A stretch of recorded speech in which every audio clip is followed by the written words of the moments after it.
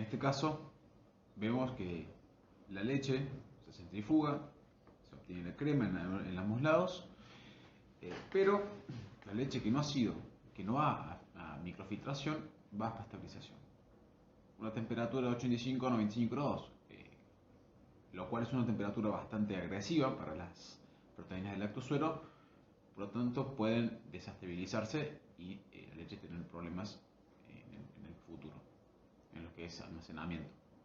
Bueno, se va a una homogenización y se envasa.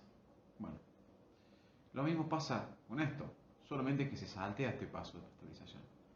Se centrifuga a 45-60 grados, se microfiltra, queda el retenido y el permeado. El permeado, lo que sí pasó, el retenido estamos hablando de bacterias, ¿no?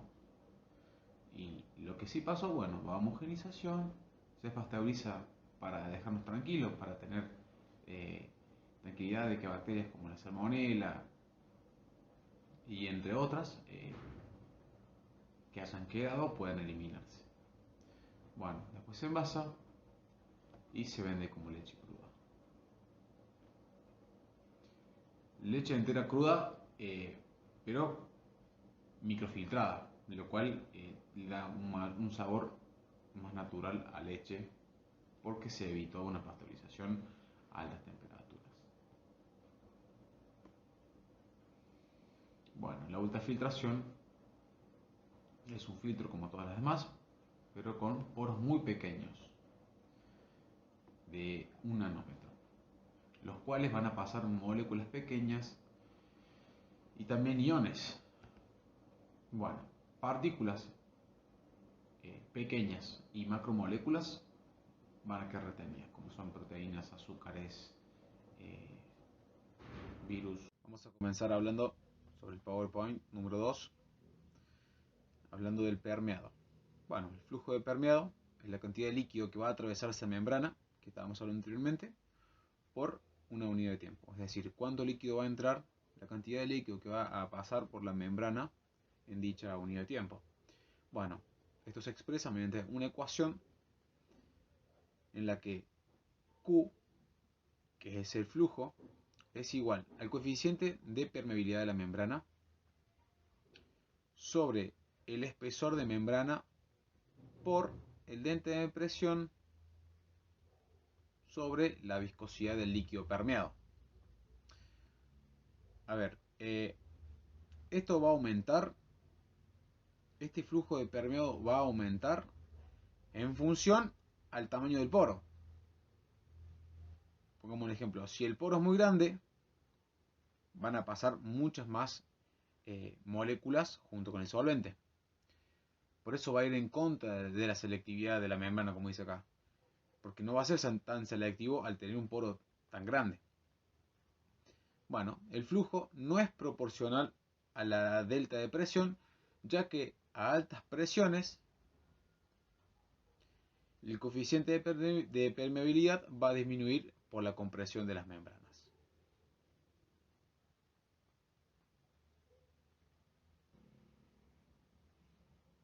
Esto no lo llegué a comprender del todo bien, más esto, metro menos cuadrado o altura menos 1, que no lo entendí bien. Pero bueno, lo que sí entendí es que no es lo mismo filtrar leche que filtrar agua. El flujo de permeado no va a ser el mismo en agua que en leche. ¿Debido a qué? Debido a que la leche tiene más viscosidad que el agua, al tener más sólidos totales, mucho más sólidos totales. Además, las moléculas, por así decirlo, se van a colmatar en los poros, reduciendo el flujo de alimento por la membrana. Otra cuestión es que se va a formar un gradiente de concentración. Y, como habíamos dicho, se forma una capa de gelificante, ¿no?, de proteínas que va a reducir el permeado y no va a poder pasar las demás moléculas que tienen que pasar. Por lo tanto, el flujo de leche no va a ser el mismo que el flujo de agua. Perfecto. Seguimos con la ósmosis inversa y se va a diferenciar de la ultrafiltración por la cantidad de presión. Esta última requiere mucho más presión que la ultrafiltración. Requiere o se le aplica 0,7 megapascales.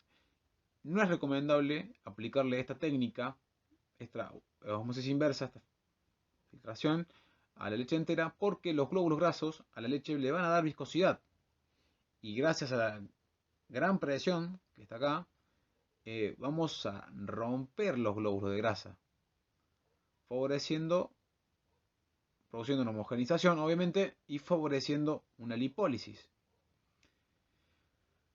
Además, una gran concentración va a producir que la lactosa se cristalice, obviamente a bajas temperaturas. El lactosuero se va a poder concentrar hasta un contenido de 24% de sólidos totales.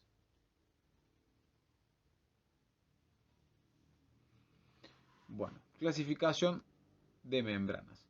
Tenemos, según el material, según el mecanismo de separación y según la geometría. Según el material empleado, tenemos membranas orgánicas, celulósicas o de polímeros. Tenemos inorgánicas, que son cerámicas y fibra de carbono, según su morfología, que pueden ser asimétricas del mismo material, mixtas de distinto material. Y tenemos según el mecanismo de separación. Tenemos porosas, como son las macro, las mesos, las microporosas, microfiltración, ultrafiltración y nanofiltración, y las no porosas, como anteriormente dijimos, la de ósmosis inversa. Tenemos según la geometría, tenemos planas, cilíndricas, y dentro de estas cilíndricas tenemos tres, de fibra hueca, tubular y espiral, según el material empleado. Acá habíamos dicho, tenemos las orgánicas, las celulósicas, que están compuestas de acetato de celulosa y tienen una característica de ser baratas y sensibles a sustancias químicas. Tienen una temperatura o se puede manipular a una temperatura máxima de 50 grados y toleran un pH de entre 3 y 8. Después tenemos las orgánicas, que están compuestas por polímeros orgánicos y sintéticos de un material de polisulfona, teflón, poliamida y policarbonato. Tiene una vida útil de 1 año. Luego tenemos las inorgánicas, que están compuestas de cerámica, cuyo material es el óxido de circonio, titanio también y aluminio. Tienen las características de ser resistente a solventes orgánicos y a cloro, resisten altas temperaturas como 300 grados Celsius y resiste también pHs extremos y también su vida útil es de 5 a 7 años. Luego tenemos las inorgánicas, las de fibra de carbón, son de última generación, son las más caras que se pueden encontrar. Hablando un poco más sobre lo que son las membranas, tenemos bastantes o diferentes tipos de membranas de diferentes materiales, como es la cerámica. La cerámica se presenta también en varios tipos de geometría, como lo puede ser de fibra, hueca, de placa y bastidor o arrollada en una espiral.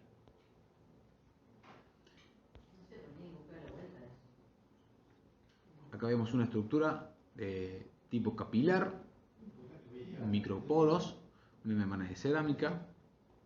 Y también encontramos de otros aspectos, como acabamos de decir, una fibra hueca, donde aloja microporos, donde ahí se aloja el filtrado, el concentrado, en espiral y en tubular.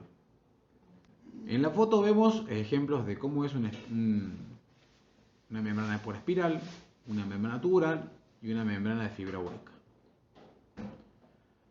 Por el centro del tubo, porque esto es una membrana tubular, va a pasar el flujo de circulación, va a pasar el alimento, va a pasar la leche, va a pasar el suero de quesería y se va a encontrar en la periferia interna con la membrana.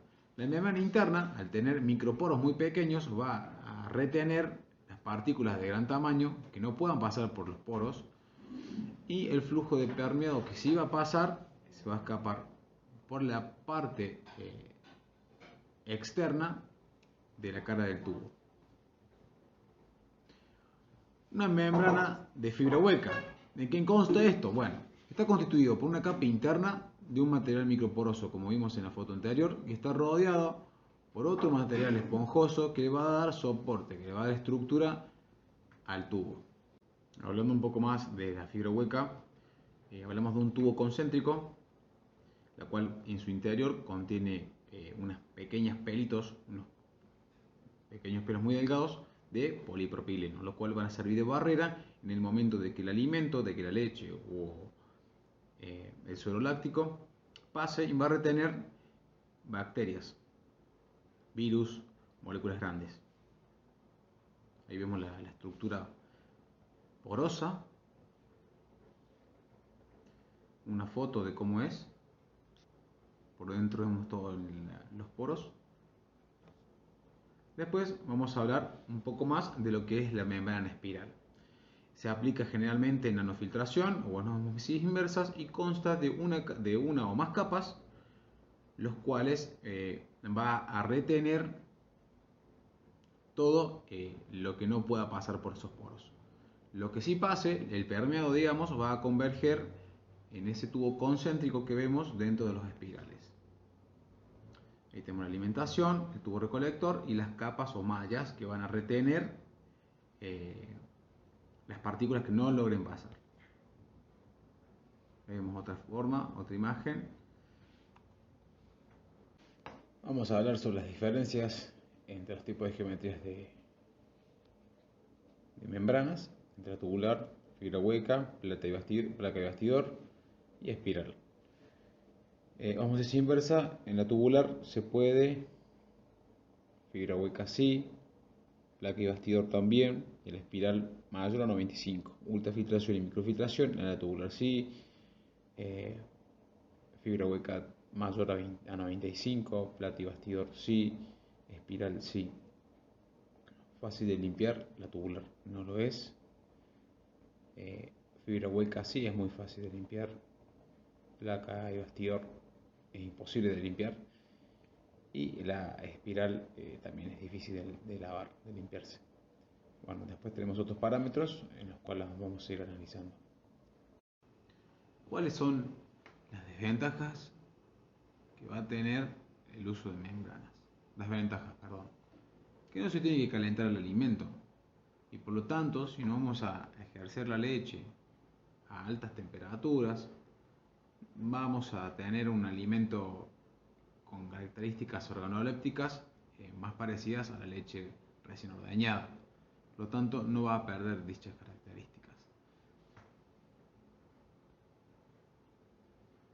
Las desventajas de usar membranas. Es caro usar membranas, es una inversión bastante grande y el flujo va a variar. El flujo a filtrar va a variar debido a diferentes cambios de concentración en el alimento. Vamos a tener también la desventaja de que vamos a llegar a una concentración máxima hasta un 30% y un 24% en suero láctico.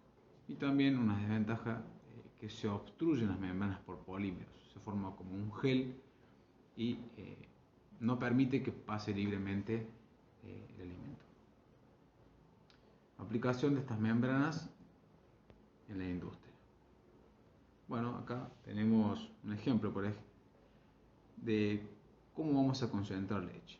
Suponemos que entran 1000 litros de leche, le damos a una desnatadora y obtenemos 827 kilos de nata y 913 litros o 913 kilos. Y esta leche desnatada, esta leche descremada, vamos a hacerla pasar por un ultrafiltrado, le vamos a hacer una ultrafiltración y vamos a obtener un concentrado proteico de 170 kilos y un permeado, o sea, leche menos proteínas, de 743 kilos. Bueno, a este permeado restante de la ultrafiltración lo vamos a hacer pasar por osmosis inversa, ¿no?, a altas presiones. Por lo tanto, lo que va a quedar de restante de esto va a ser el solvente, o sea, el agua. Lo restante es una disolución concentrada. ¿Concentrada de qué? De azúcares, de minerales, de iones, todas moléculas muy pequeñas que son el concentrado de la ósmosis inversa. Por lo tanto, la leche concentrada sería la combinación o la suma de estas disoluciones concentradas de la concentración proteica y de la nata. Bueno, acá tenemos otro cuadrito de cómo ingresa la leche íntegra, recién ordeñada, llega del camión, hacemos un ultrafiltrado, queda el permeado, queda el retenido. Este retenido le hacemos un tratamiento térmico y luego enfriamos para hacer ricota. Retenemos, como dijimos, hacemos un tratamiento térmico, enfriamos y coagulamos. Hacemos una coagulación termoácida con ácido cítrico a temperatura alta y luego se deja flocular, se prensa, se enfría y queda queso acidificado o ricota. Bueno, usos más comunes de las membranas. ¿Para qué se usa la ósmosis inversa? Para desmineralizar agua, como habíamos dicho, y para fabricar manufactura de lácteos. La nanofiltración, manufactura de tinturas, purificación de aguas y de lácteos, manufactura de lácteos. La ultrafiltración, manufactura de quesos, jugos frutales, clarificación del agua y la microfiltración en aplicaciones farmacéuticas. Acá tenemos un proceso de cómo el suero es, gracias a las membranas, concentrado.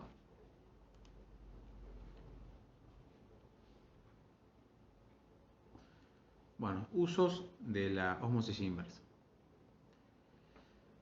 Consta en la desmineralización del suero de quesería para obtener lactosa, clarificación del vino y de cerveza, desmineralización y purificación de agua, concentración y purificación de jugos de fruta, concentración de leche y café. Todo lo que es concentración se utiliza también la ósmosis inversa.